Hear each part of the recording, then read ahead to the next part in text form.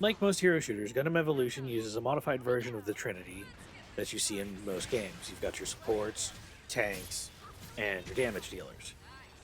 Tanks aren't anywhere near as tanky as you're used to, and usually are tanky because they have a larger health pool as well as a shield. The shield will actually make more of a difference than having more in your health pool because the shield regenerates outside of you using it. So you have two health pools to work with that you get to juggle.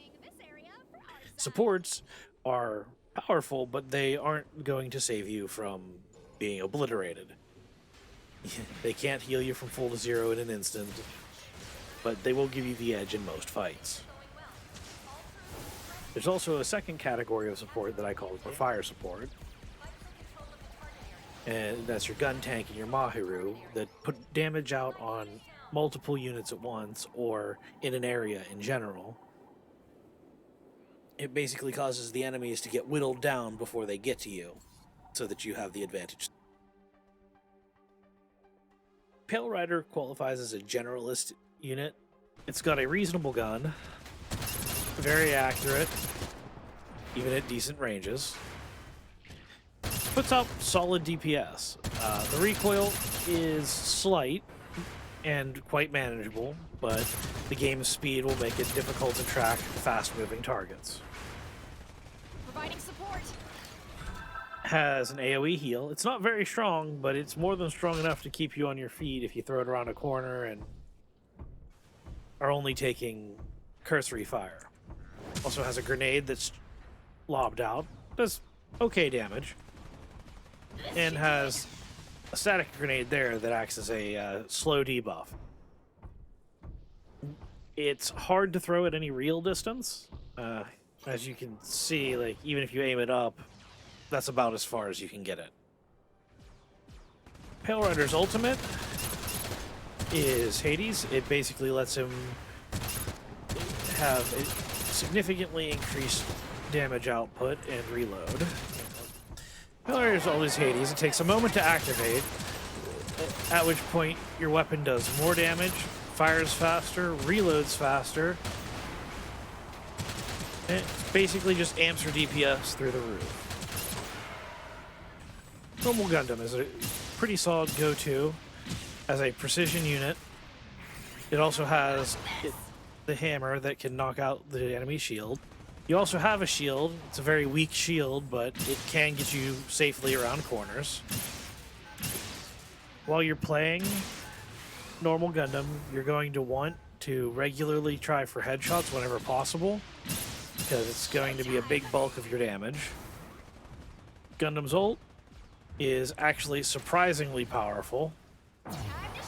It's massive AoE that absolutely ruins anything inside it, you included. Normal Zaku is a pure DPS. It's a close range unit. Headshots are nice, but you're not going to get a lot of them because its accuracy is questionable at best. Aim for body shots.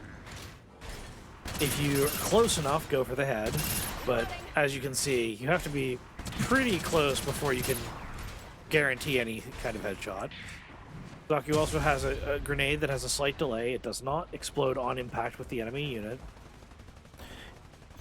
Also has a smoke. The smoke actually protects you against basically any form of damage, briefly.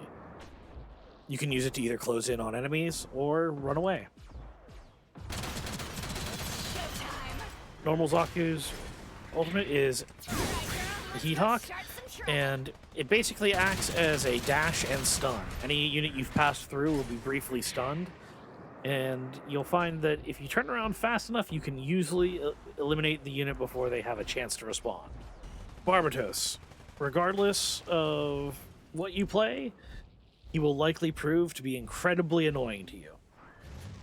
You can swing his hammer like normal, and it does solid damage. There's no reload, obviously, so you just can keep running around. It knocks units around, and that on its own is fairly frustrating. But you can charge it up. Once it's charged up, you can use it as a full smash, and it does ridiculous damage and stuns the enemy.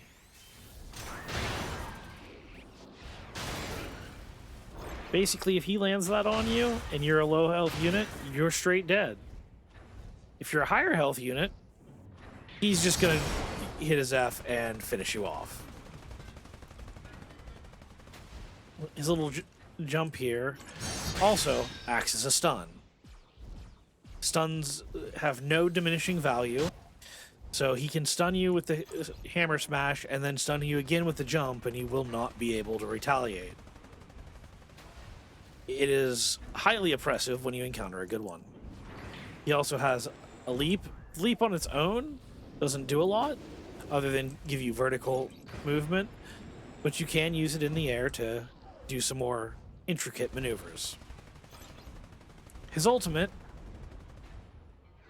once activated, puts you in a sword mode where you can slash through enemies. You can gain height, among other things, but it does quite a lot of damage to any of the enemies you pass through. He is a lot harder to utilize than you would at first think. The hit range for the hammer smash is fairly precise. Although I will say the slam down with the sword is a little bit too big of an AoE. Sazabi is what you generally class as a tank. A big honking shield, a shorter range weapon as a shotgun. It's not exactly all that effective. You can something to keep note of is you cannot reload while your shield is up. You actually have to put your shield down to reload. He also can throw a big axe that acts as a stun. You can dash to that axe as well. You can also dash to team members. And you can mark enemy positions, which is quite helpful for keeping an eye on the battlefield. Using the axe as a long-range mobility option is highly advised. You can use it to gain height as well as cover large distances very quickly. The ultimate allows him to spawn several bit weapons, which basically home on any enemies in sight and deal damage. The activation time will get you in trouble if you're not careful. So you want to activate it around a corner if at all possible. Methuss is core support, his little turret that will plink away at enemies. If you hide it in the right spot, you'll be surprised how much damage it racks up over time. You also have the ability to convert into a flight mode to get around.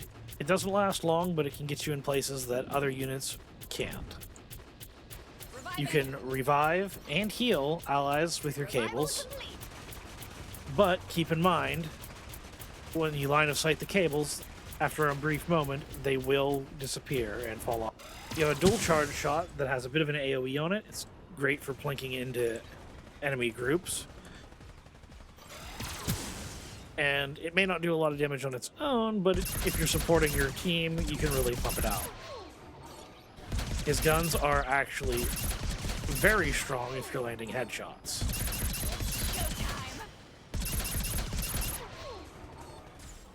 His ultimate basically ramps up the offense and defense capabilities of whatever unit you put it on. Favorite targets for the ult would be your fire support units like Guntank and Mahiroo. GM Sniper. It's exactly what you'd think. It's a pure sniper unit. Just absolutely destroys anything except the strongest units with one shot to the head. So anything barring a top health unit is just going to go down with one headshot. It's easier said than done in many cases, so you'll be landing body shots fairly consistently. Your matchups are great against basically anything that isn't anywhere near you. If anything gets close to you, as you can see, your hip fire accuracy is beyond questionable. Melees and close range units and anybody who's choosing to engage you are likely going to find ways to get to you where you're not going to be focused on them. It's showtime. Your only real defense is to run or use the Vulcan cannons. The Vulcan cannons do work, but they're not going to save your life. Shine. Ultimate is basically wall hacks, marks all the enemy units that are in range for the duration, gives you intel on where they're coming from, and lets your team know where they're at as well. The last ability is a mobility option that basically is a jump pad. Lets you get up higher, get over some walls, onto some buildings you wouldn't normally be able to get a vantage point. Asshimar is a core DPS unit. Charge shot does quite a bit of damage. Burst fire main weapon. Fire bomb that eats away at enemies and denies them territory. You also have a flight mode that allows you to get into places that other units can't. Or just get up high to plink away at the enemies. Asshimar's ultimate is pretty straightforward. It's a rapid charge that knocks enemies around and allows you to dash through them. It leaves them stunned long enough for you to turn around and shoot them. If there's more than one enemy, you're only likely to be able to kill one of them in the duration of the stun. Dom Trooper is a more defensive core DPS. Dom can lay down mines that are proximity based, and when enemies hit them, they do pretty reasonable damage. You also have your standard bazooka here. Something to note about Dom's movement is it does have a bit of a floaty nature to it, because it is a hover unit. You can also shield allies briefly with over health that will slowly decay, but you can always save an ally in an even fight with it, so worth throwing out whenever you can. The laser does surprisingly good damage over a very short period of time. It's generally suggested that if you see somebody with a shield up, to just blast them with the laser. It will eat a lot of their shield. And they're usually not ready for it to go down that quickly. This should do it.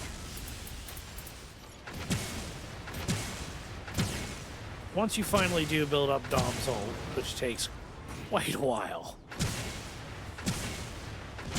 it's completely worth it. You basically gain a huge amount of forward defense, and you can charge through enemies, just bouncing them around and causing massive damage. Turn A is a little bit weird. Turn A is a core damage unit as well. It has the ability to grab and throw a unit. It's a little trickier to land that shot against an actual player than something standing still, of course. But when you do, they're stunned briefly on the other side, and you will likely have enough time to take them out before they can respond. He also has a self-heal. If I can... There we go.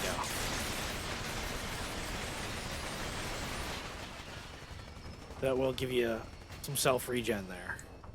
You can use it to stay in fights longer, or just to go back around a corner and heal up. His weapon has two modes. Its normal mode is just a rapid-fire hip fire that's surprisingly accurate.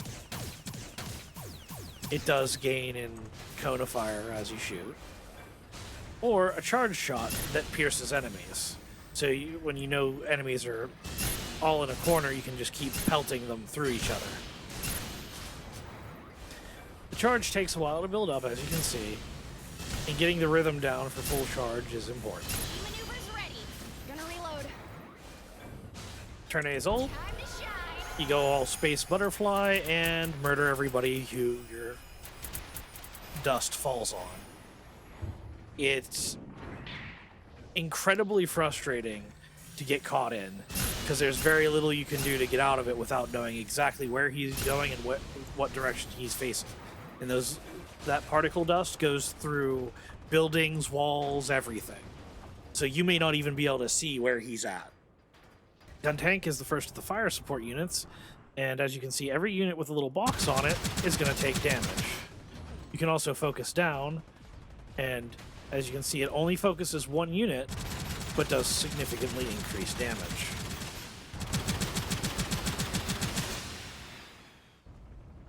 You also have a charge that gives you a brief bit of defense, and you can left-click to activate a smash. It's highly effective at both just getting away from enemies or getting up in the face of an enemy that's attempting to charge you throwing them off. Do not charge Barbatos with that. His smash will end up going off and you'll lose the fight. Regardless, I'd suggest avoiding him. Your cannons do significant damage, but you need to make sure that you pay attention to the range you're at, as they actually do travel on an arc.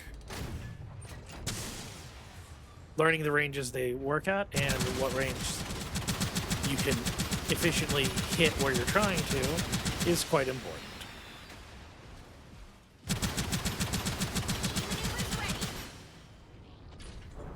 Guntank's ult is best used from around corners. You go back a little bit, All right, girl, let's go straight and you get to fly. Time to shine. Nice little plane that will down anybody in its AoE blast that doesn't block it with a shield. Now, make sure that somebody can clean up those kills after you've downed them. Otherwise, the enemy team will just revive them. So don't use your ult against enemies that aren't being engaged by someone else, or that you can't engage yourself immediately after downing to confirm the kills. GM is another generalist unit. This one falls kind of in the category of a precision generalist unit. It's a very precise weapon, but its range is somewhat limited before the fall off kicks in. As you can see with the damage at the upper left, fall off is already kicking in even at this range.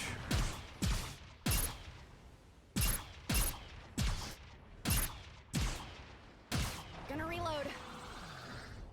Your shield can always be raised while firing, but when you throw out your bomb, which is like Asshimar's fire, except you have to throw it out and then activate it. There is a delay before you can activate it, and it takes a moment. You also have a support grenade that actually does a brief repair burst. You actually also have a very large shield compared to some other units. Shield, don't fail me now. My Your shield repair will grenade work. cannot revive Providing allies, support. but if you see team members running around a corner to get healed, you can accelerate the process significantly by giving them the grenade. You can throw the grenade quite far, so there's no reason not to toss it at allies that are in need. It's showtime. Zult throws out a series of bombs. They're all proximity based and will home to the first target that gets near them. They will stay on the map for quite some time, so you can put it around a corner and wait for enemies to run into it, or you can put it on the point to allow for units to charge the point and then suddenly get eliminated. If other enemies are near the unit that they home to, they will also take damage. You can down more than one enemy this way. Marasai is another precision DPS unit. Has a fairly long-range, highly accurate rifle that does a lot of damage if you can land headshots, even at fairly long ranges. So, let's see here.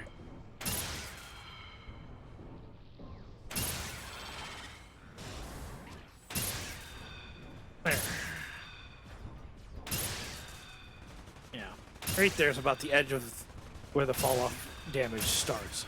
When you're in this range, your damage is rather oppressive, as you can see. 3-shot headshots, taking down an 800 health Zaku. I mean, that's fairly brutal. Now, the fall-off damage is real, but you can harass a lot of units even from surprisingly long ranges. If the sniper hasn't seen you, you can also put damage on a sniper and make him worry about what's going on. Key maneuvers ready. Your two abilities are used in tandem, so you will grab an enemy and then stab them when they get to you, and then blast them in the face. That combo will allow you to kill most enemies without them being able to retaliate. Shield units may be able to put their shield up in time to block the hit, so keep that in mind when engaging them. Also, if you try to hook units with their shield up, the hook will not pull the enemy to you, and it will be a complete waste. Your ultimate will stun all the enemies nearby in a line. It's fairly wide, but there's not too many occasions where you're going to get more than 3 enemies in it. You can, in fact, kill 1 to 2 enemies, almost guaranteed with it. Exia is a strange unit. Heading out. At first glance, it looks like it should be a completely and utterly dominant melee unit, until you realize that anything you do during the charge slash, so if you try to use your mobility option or your other slash, interrupts it and puts it on cooldown.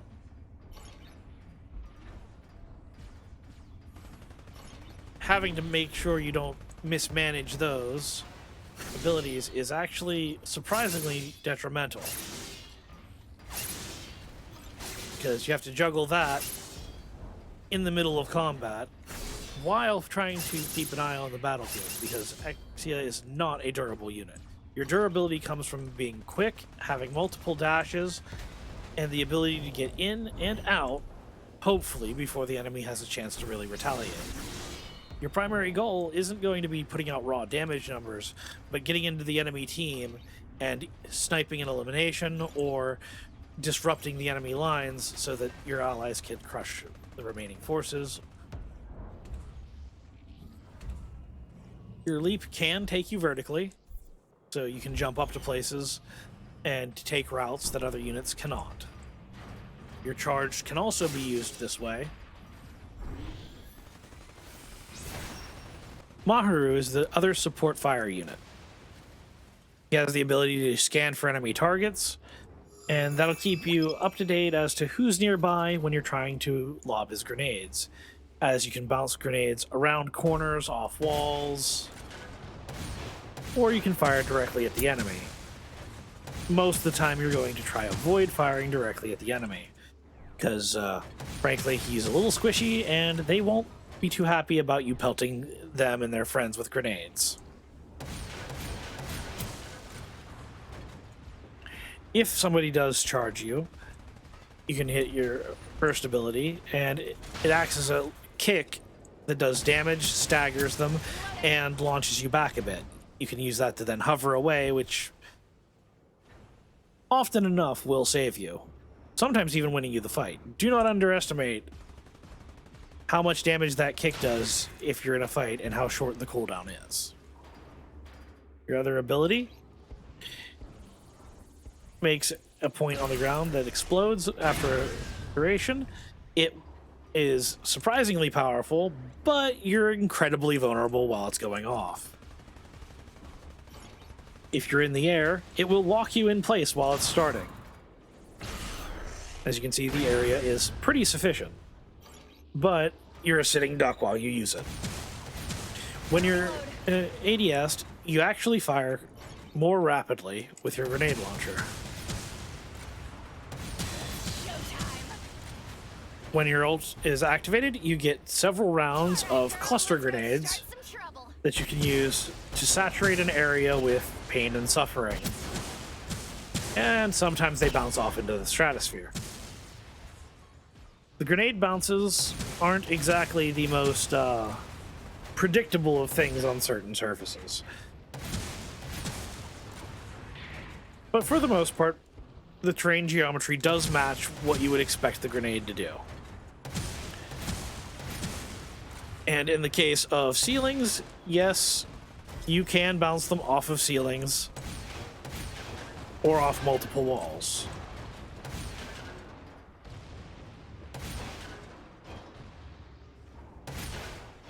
The projectile is larger than you would expect, and if you're aiming close to walls, as you can see, you will clip the wall quite easily. Melee Zaku is probably the most balanced of the melee units. He has a very powerful basic attack that has range on it, so you can always get hits in if you can get close enough. It makes him quite oppressive to escape. You generally have to dash to escape from him. Zeph sends a single longer range slash out, but it does quite adequate damage. You can use Zeon's Rage to boost all of your abilities.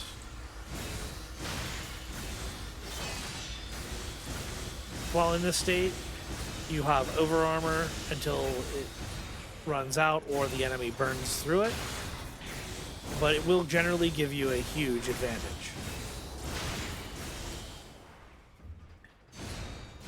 You also have the ability to go invulnerable briefly and gain additional rage. If enemies are hitting you, it'll build up even faster, allowing you to use your rage again sooner.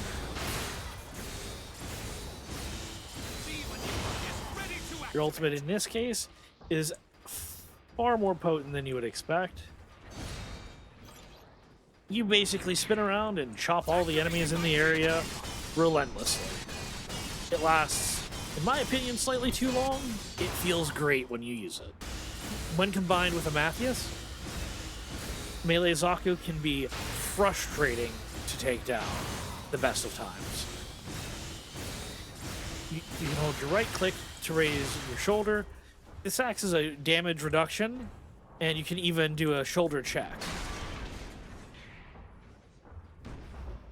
The shoulder check is on a fairly reasonable cooldown, but it's pretty brutal, given the fact you're defending yourself the whole way up to the target. You can also dash while defending yourself. So you get a total of 3 dashes while defending yourself to close the distance. Unicorn Gundam is a core support class.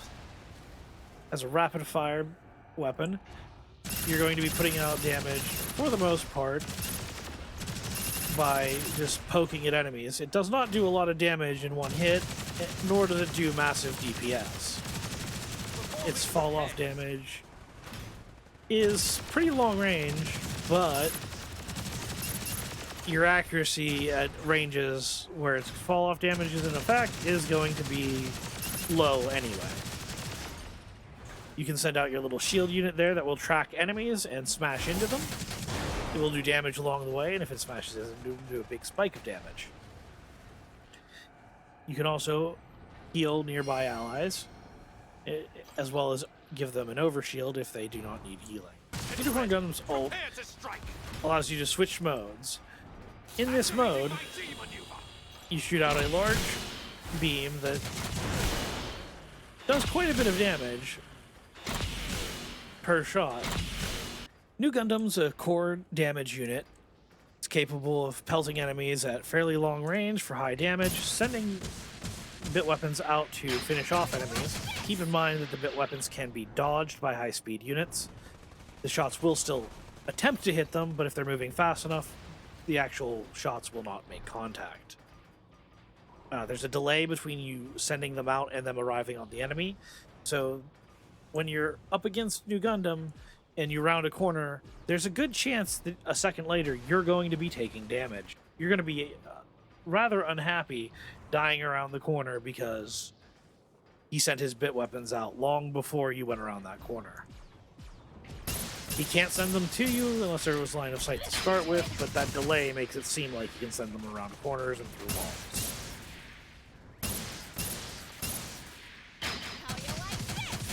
Your mobility is solid, even though you only have a single dash. Your second ability also functions as a dash.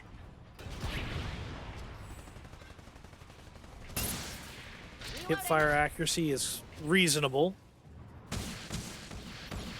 ADS accuracy is basically perfect.